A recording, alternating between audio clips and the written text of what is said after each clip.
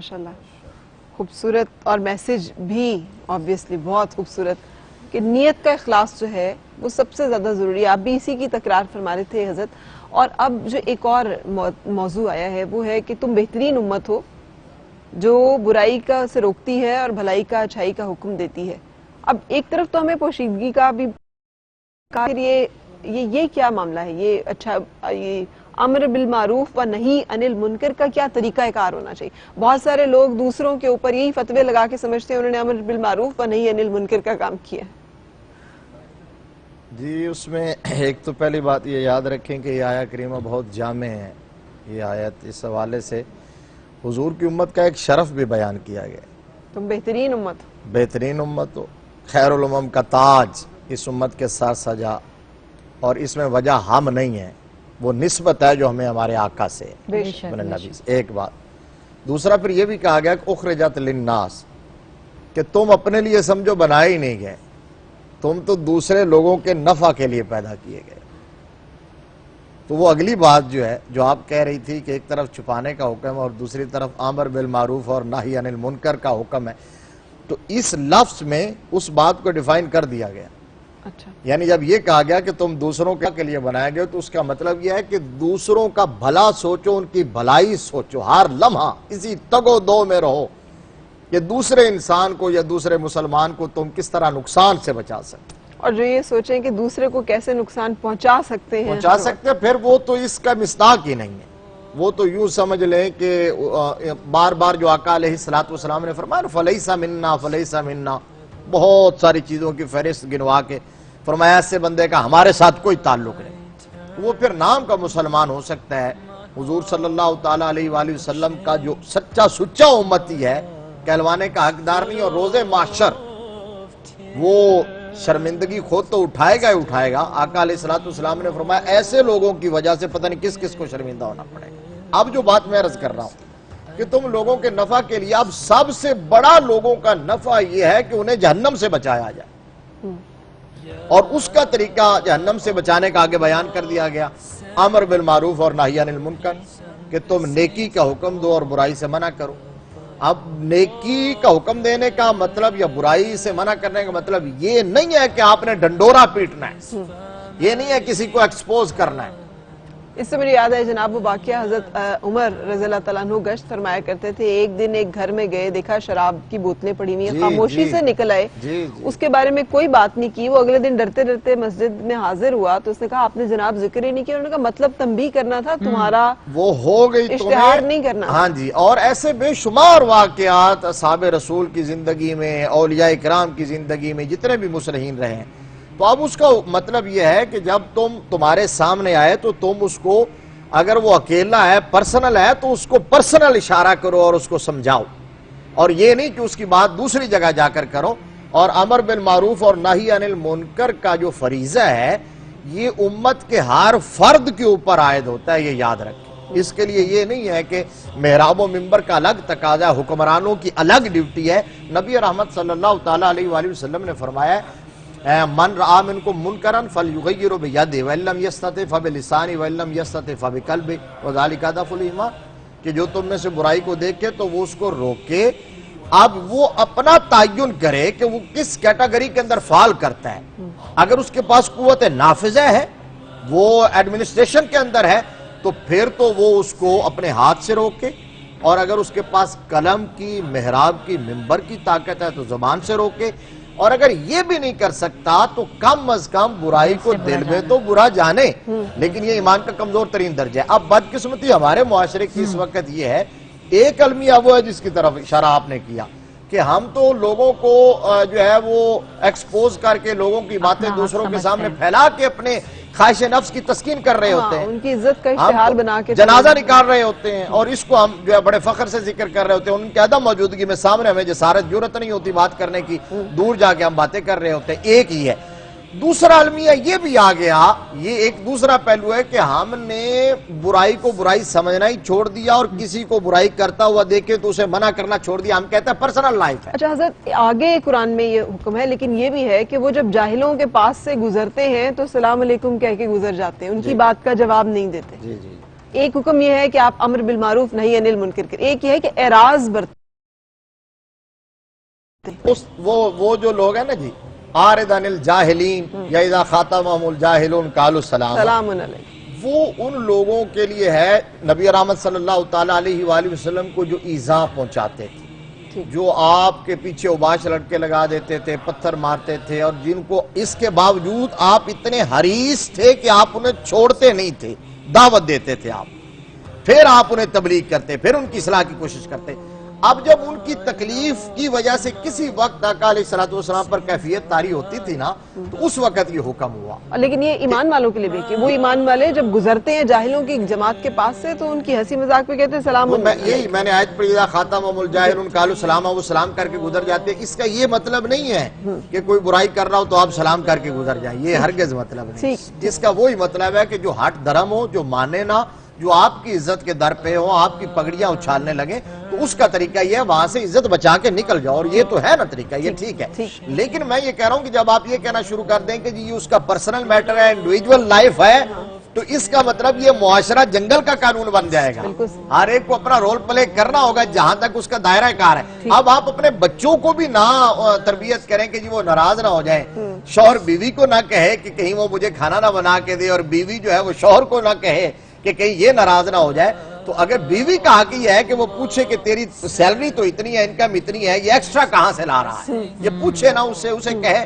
اور شوہر کا حق یہ ہے کہ وہ بیوی سے پوچھے کہ تو نماز کو نہیں پڑھتی گھر میں، سارا دن جو ٹی وی لگا کے بیٹھی رہتی ہے، تو نماز بھی پڑھ اور بچوں کی تربیت کریں. تو یہ ہم سب جب رول پلے کریں گے تو پھر معاشرہ سدھرے گا اور پھر ہم خیر الامم بنیں گے. آخری جملہ یہ عرض کرتا ہوں، للناس کا مطلب نفع کے لیے، تو خدا کے لیے، انسانیت کے لیے اور لوگوں کے لیے نفع بخش بن جائیں، لوگوں کو نقصان نہ پہنچائیں، نفع دیں.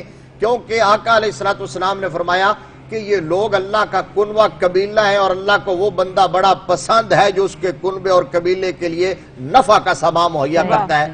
اقبال نے کہا تھا کہ خدا کے بندے تو ہیں ہزاروں، بنوں میں پھرتے ہیں مارے مارے، میں تو اس کا بندہ بنوں گا جس کو خدا کے بندوں سے پیار. اور ابراہیم بن ادم کے زندگی کے اوپر بیس کر کے یہ لکھا تھا، اور ان کی زندگی کے ان کو کیسے ولایت ملی تھی، بادشاہت سے ولایت کی طرف جس طرح وہ کنورٹ ہوئے ہیں. اور پھر یہ کہ وہ بندوں کے لیے کام کرتے تھے. جی بالکل، ساری زندگی. ایک فرشتے کو دیکھا تو پوچھا کہ یہ کن کی لسٹ ہے، تو انہوں نے بتایا کہ ان کی لسٹ ہے جو اللہ سے پیار کرتے ہیں. پوچھا میرا نام اس میں ہے؟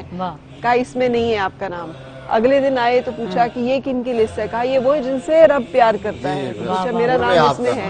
ان میں آپ کا. ایسا ہی ہے، جب اللہ کی مخلوق کے لیے، اللہ کی رضا کے لیے کام کرتے ہیں تو یقیناً آپ اللہ کے محبوب بن جاتے ہیں. یعنی ہم تگو دو تو کرتے ہیں محب بننے کے لیے، لیکن پھر اللہ اپنا محبوب بنا لیتا ہے. اور حدیث گواہ ہے کہ جب بندہ اللہ کا قرب حاصل کرتا ہے تو انہیں اپنا محبوب بنا لیتا ہے. بالکل. اور محبوب بناتا ہے تو پھر کبھی اس کے ہاتھ بن جاتا ہے، کبھی کان بن جاتا ہے، کبھی زبان بن جاتا ہے. بندے کے اعضاء ہوتے ہیں اور اس میں قوت اور قدرت اللہ کی بے شک. بہت شکریہ مفتی صاحب. اور یہی دو آیات میں یہی بات بیان کی گئی، 134 اور 135 سورہ آل عمران 4 پارہ. وہ جو اللہ کی راہ میں خرچ کرتے ہیں، خوشی میں اور رنج میں، اور غصہ پینے والے اور لوگوں سے درگزر کرنے والے اور نیک لوگ اللہ کے محبوب ہیں. اللہ نے خود اپنے محبوبوں کی جو ہے وہ تعریف بیان کر دی. اور وہ جب کوئی بے حیائی یا اپنے جانوں پر ظلم کر بیٹھے تو اللہ کو یاد کر کے اپنے گناہوں کی معافی چاہیں. گناہ کون بخشے سوائے اللہ کے، اور اپنے کیے پر جان بوجھ کر نہ اڑیں. یہ ہے جن کو اللہ محبوب رکھتا ہے، ان کی صفات. بریک کا وقت ہے، اور بریک کے بعد ہم اپنی اس اسپیشل رمضان ٹرانسمیشن کو جاری رکھیں گے. ساتھ رہیے گا.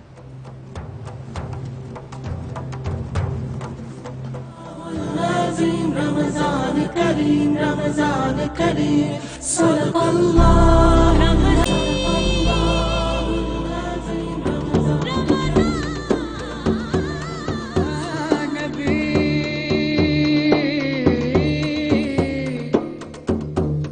یا نبی صلو بغلہ تو کجا من کجا تو کجا من کجا تو کجا من کجا تو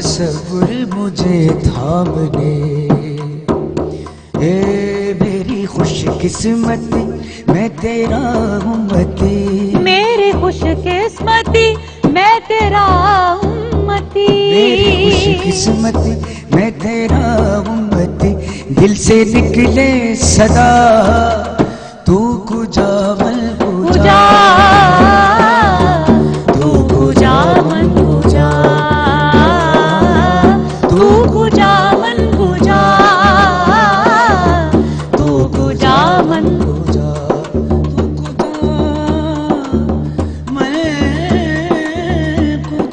تو کجا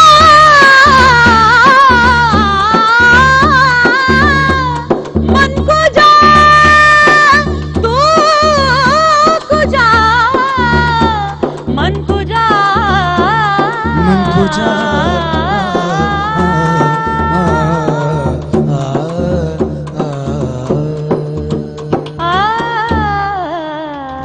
ماشاءاللہ ماشاءاللہ بہت خوبصورت رفاقت علی خان صاحب، تھینک یو آپ کے جوائن کرنے کا اور یہ اس نعت مبارکہ اور اس خوبصورت کلام کو بہت معافی کے ساتھ، بہت معافی کے ساتھ ایک نیا رنگ جو ہے جی میں کہتا ہوں کہ نئے رنگ سے سرکار کا نام ہے، یہ کسی کی ملکیت تو ہے نہیں۔ بے شک یہ تو جو یہاں پہ جتنے لوگ کھڑے ہیں یہ بھی ساتھ پڑھیں تو درود و سلام ہے۔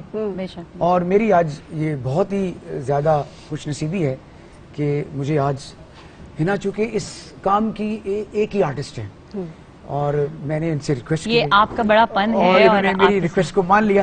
میں نے اپنے سر سے بھی نہیں گایا، میں اپنے سر سے بھی گاتا تو ان سے اچھا نہ گاتا۔ نہیں ایسی بات نہیں، آپ بہت خوب گاتے اچھا ہیں ہی پڑھنا۔ ماشاءاللہ ہم ہمیشہ۔ خلوص کی بات کر رہے ہیں جی نا، جی بالکل، اپنے فن کو اور اپنی اللہ کی دیوی عطا کو بھی خالص کر لینا، اس واہ، کے لیے واہ، واہ۔ یہ بھی ایک خلوص کی بے شک، کمال بے ہے۔ شک، بے شک، سو یہ اخلاص۔ بھی آپ کو اعزاز حاصل، اللہ پھر اس میں برکت ڈالتا بے ہے شک، کہ بے آپ شک، نے بے اپنی شک۔ اور میں آواز کہوں کو گا اپنے ان کو انداز کو ان کے یہ نام کے ریکارڈ لیے۔ کرنی چاہیے ان کو یہ، اور آپ کے ساتھ ہی کروں گے چلیں انشاءاللہ۔ میرے ساتھ سو اچھا سر، ویسے میری کم علمی پہ معذرت، لیکن یہ تو کجا من کجا اعلیٰ حضرت کا کلام ہے، یہ کن کا؟ یہ جی نصرت فتح علی وارسی خان صاحب نے اس کو مظفر پڑھا وارسی صاحب نے پڑھا اور آج سے 30 خان سال صاحب پہلے نے پڑھا۔ ناصر نصرت فتح علی خان صاحب کی جوتیوں کا صدقہ جی ہمیں یہ مل گئی۔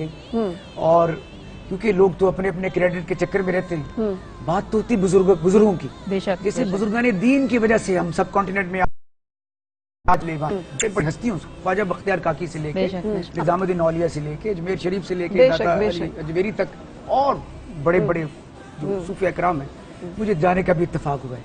وہ کہتے ہیں کہ رب نو لب دے کئی مر گئے تے رب دا پتہ کسے نہ دسیا ہی، تے صدقے جاواں تے واری جاواں انہاں لوکاں تے جنہاں نے بہ کے تے ہاتھ پھڑ کے دسیا ہی۔ واہ، بتانے والوں نے بتایا نا، ہم بے تو شک، اس دور بے میں شک۔ نہیں تھے، بے شک، بے ہم شک۔ تو ان کو صحابہ مانتے جنہوں نے ان کو دیکھا، ہم تو ان کے بھی نوکروں کے نوکر ہیں، جنہوں نے ان کو دیکھا، جنہوں نے ان کے پاس بیٹھ کے ان سے بات کی، تو جنہوں نے بتایا کیا ان کا کوئی کریڈٹ نہیں ہے؟ بالکل۔ ان کا اپنا اور بڑا ہے۔ مظفر وارسی صاحب کوئی تو ہے جو نظام نظام ہستی ہستی چلا رہا ہے، مظفر وارسی صاحب کو اللہ میاں دیتے میرا تھے، پیمبر عظیم عظیم تر تر ہے، ہے۔ ان کو دیتے تھے اللہ کیا میاں، خود کمال، پکڑاتے تھے ہاں کہ جی۔ یہ لکھا ہو تم، کیا اور غزل میں بھی اتنے بڑے تھے۔ جی اتنی بڑی، لیکن یہ جو کلام انہوں نے کچھ لکھے ہیں نا، یہ تو امر ہیں، مطلب یہ تو جتنی دفعہ کہے جائے وہ۔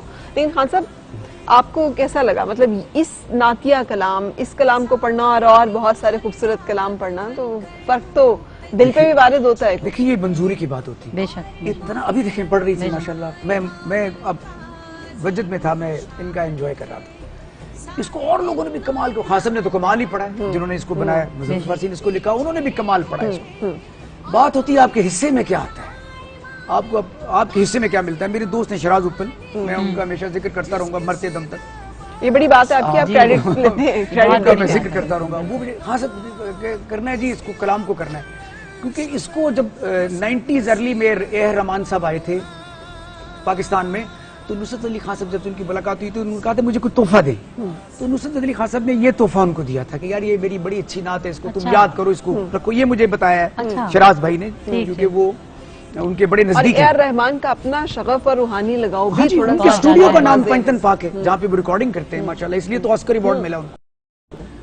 تو انہوں نے پھر کہا شراز کو کہ یہی پڑھو، تو میں نے ایک دفعہ گیا تو ایک دفعہ میں فیل ہو گیا، کیونکہ یہ بہت بڑی چیز ہے، ان کو پسند نہیں آیا۔ پھر بعد میں شراز نے دوبارہ مجھے ان کیا، اس نے کہا نہیں یار رفاقت کے ساتھ ہی پڑھیں گے، کیونکہ کوک اسٹوڈیو کے حوالے سے یہ نئی نعت لگے گی، نئی آواز لگے گی۔ ویسے تو وہاں بڑے بڑے اچھے لوگ پڑھنے والے، پڑھ پڑھ کے تھک گئے، لیکن اللہ نے مجھے موقع دیا بے شک، اور قبولیت ہو گئی۔ بے شک، 3 دفعہ ہم نے ٹیک کی، 1-2 دفعہ بس تھوڑا سا بھولے تھے. لیکن جب میں نے یا نبی کہا نا, وہ میں یاد کر رہا تھا, بڑا لمبا ایک مصرع دوڑا تھا, بلغ العلاب کمالہ کشف الدجى بجمال. تو مجھے کہتے یار تم عاطف اسلم ہو. میں کہ عاطف اسلم تو نہیں بنے, اسلم ضرور بن گئی.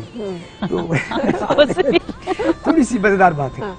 تو انہوں نے کہا کہ خان صاحب آپ کوئی ایک اس میں ایک بات کہیں. تو آپ یقین کریں مجھے آمد ہوئی ایک لائن کی, یا نبی یا نبی صلو علیہ وآلہ. جیسے دروازہ کھل گیا, خدا کی قسم دروازہ کھل گیا, ایسا دروازہ کھلا. پھر اللہ تعالیٰ نے ایسا کرم کیا کہ اگر میری کوئی غزل مشہور ہوتی تو شاید مجھے اتنی خوشی نہ ہوتی. اگر میری کوئی چیز مشہور ہو جاتی جس میں وہ تعریفیں کرتے, وہ بھی اچھی بات ہے, وہ کوئی بری بات نہیں, لیکن اللہ نے مجھے اس سے جوڑا. لوگ ایئرپورٹ پہ, اب تو ایئرپورٹ ہی بند ہو گئے, روک روک کے پوچھتے ہیں کہ رفاقت صاحب یہ آپ نے پڑھی ہے, سرکار سے کون پیار نہیں کرتا. میں کہتا ہوں جو ہمارے تو ہیں ہی وہ, لیکن وہ رحمت العالمین ہے. بے شک وہ ان کے بھی ہیں جن کے وہ نہیں ہیں, وہ ان کے بھی بے شک بے شک بے شک وہ بھی انکانشیسلی انہی کا نام لیتے ہیں, انہی کے صدقے میں اس دنیا میں جی رہے ہیں. اور آپ دعا کریں کہ اس کلام کے صدقے میں اللہ تعالیٰ ہمیں راستہ دکھائے اور اس وبا سے, بیماری سے ہمیں نکال دے, اور ایسی موت اللہ کسی کو نہ دے. اللہ معاف کر دے. اللہ تعالیٰ ہر ایک کو اپنی کیونکہ حفاظت اس کی رحمت, وہ قہار اور جبار ہے لیکن ستار اور غفار زیادہ ہے, اس کی جو رحمتیں وہ زیادہ ہے. تو اللہ تعالیٰ ہمیں معاف کرے. آمین. اچھا میں نے بریک کی طرف جانا ہے, لیکن آپ نے ابھی وہ بلغ العلاب کا ذکر کیا, اگر تھوڑا سا وہ سنا دیں تو ہم. یہ میں بریک کے بعد, تاکہ دھیان سے پڑھنی ہوتی چیز, تو میں ضرور, میں انشاءاللہ. تو ہمیں بریک کے لیے رکنا ہے, بریک کے بعد پھر آپ سے ملاقات ہو رہی ہے. ساتھ رہیے گا اے پلس کی خصوصی رمضان ٹرانسمیشن کا سلسلہ جاری ہے, نور رمضان کریم.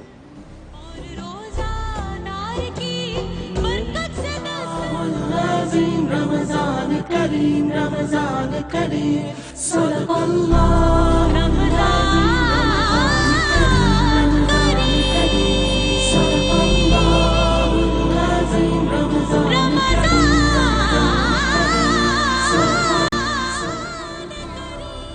خوش آمدید. آپ دیکھ رہے ہیں اے پلس کی خصوصی رمضان ٹرانسمیشن رمضان کریم. میرے ساتھ ہمارے جناب خان صاحب موجود ہیں. خان صاحب اب آپ سے کلام جو ہے وہ میں اب سنوں یا کچھ دیر کے بعد دوبارہ فرمائش کروں؟ کچھ دیر کے بعد. ہمارا تقریری مقابلے کا سلسلہ جو ہے وہ شروع کرنے, آپ کی اجازت ہو تو ہم شروع کریں. یہ بچے بہت دور دور سے ان میں سے کچھ تشریف لائے ہیں. آج کا جو موضوع ہے وہ ہے ہم ایک قوم نہیں ہجوم ہے. میکسیمم 2.5 منٹ ہے, 2.5 منٹ کے بعد بزر بج جائے گا. جو بزر کے بعد جاری رکھے گا وہ ڈسکوالیفائی ہو جائے گا, ہم اس کے مارکنگ ہی سے اسے نکال دیں گے.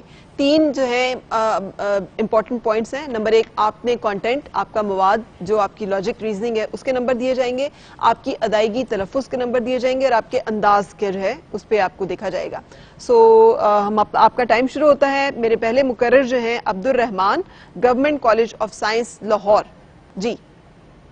یہ جدت بھی کیسی جدت ہے صدر عالی وقار کہ 21ویں صدی میں بظاہر وقت کی رفتار سے بھی تیز چلنے والی یہ عظیم الشان قوم اخلاقی اعتبار سے حیوانیت کے گہرے پاتال میں گرتی چلی جا رہی ہے. یہ قوم عجب قوم ہے جو اپنے ماضی کے بزرگوں کی یاد میں والہانہ جشن تو مناتی ہے, لیکن اس قوم کو اپنے تابناک مستقبل سے یہ قوم, اس قوم کے وڈیرے ایک طرف تو ہمیں غیرت کے بے تحاشا بھاشن دیتے ہیں, لیکن دوسری ہی جانب اسی غیرت کو اپنے پیروں تلے روت کر ہمارے لبوں پر خاموشی کے تالے لگا دیتے ہیں کہ ذی وقار یہ قوم اپنی بیٹی کی پسند جاننے سے پہلے ہی اسے بنی اور ستی کی دوزخ میں دھکیل دیتی ہے.